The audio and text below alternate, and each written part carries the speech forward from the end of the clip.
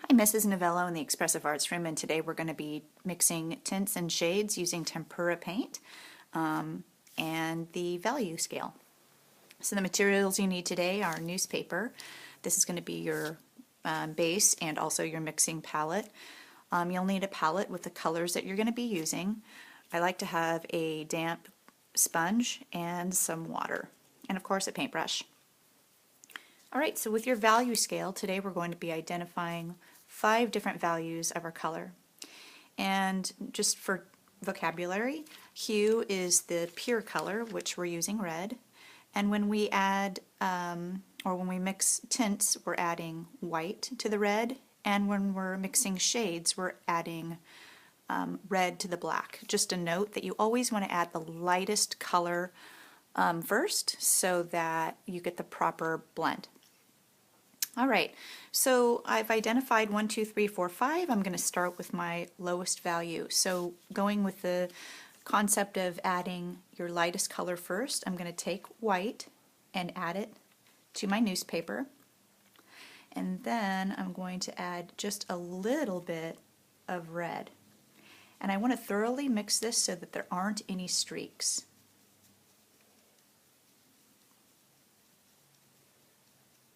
Once I get that low value, I'm going to go ahead and carefully paint it within the section.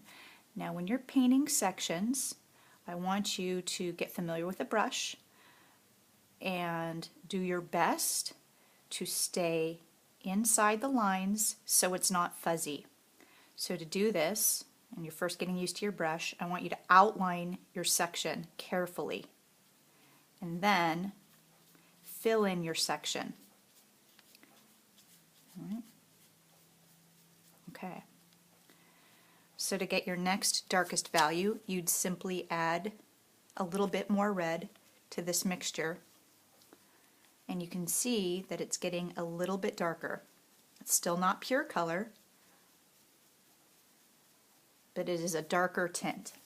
So when I fill in these lines, again, I want to outline the section, and this might mean if you're using very small sections, you're going to need smaller brushes, so there'll be a variety at your desk. Oh, went outside the lines there. That's okay.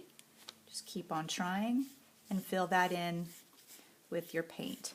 So you can see the graduation between the tints. They're slowly getting darker. Okay. So once that's done, I'm ready for my hue, my pure color, which is 3.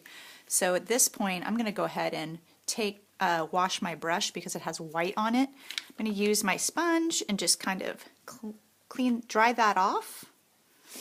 And then I can get the pure color and fill in value number 3.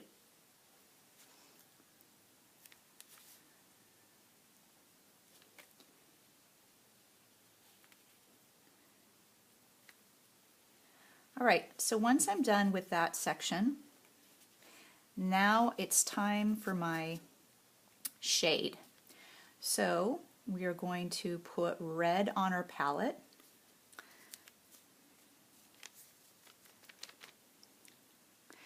And now I want to add a little bit of black to it. Now remember, I slowly want to get darker, so I don't want to put too much black. So I'm just going to dip the tip of my brush, swirl it around. I don't want any streaks. Okay, really blend it in. You can see it's getting darker. And that is my 4. It's kind of like a burgundy color.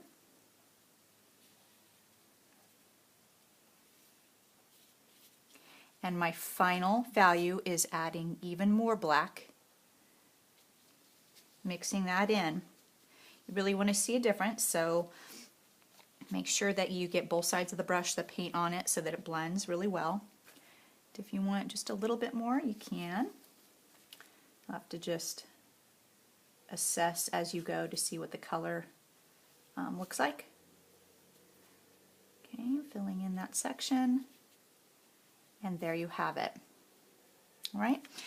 So when you're done with that, you'll identify 5 values within your bubble chart. You'll paint those, and then we'll begin painting our portrait. Thanks.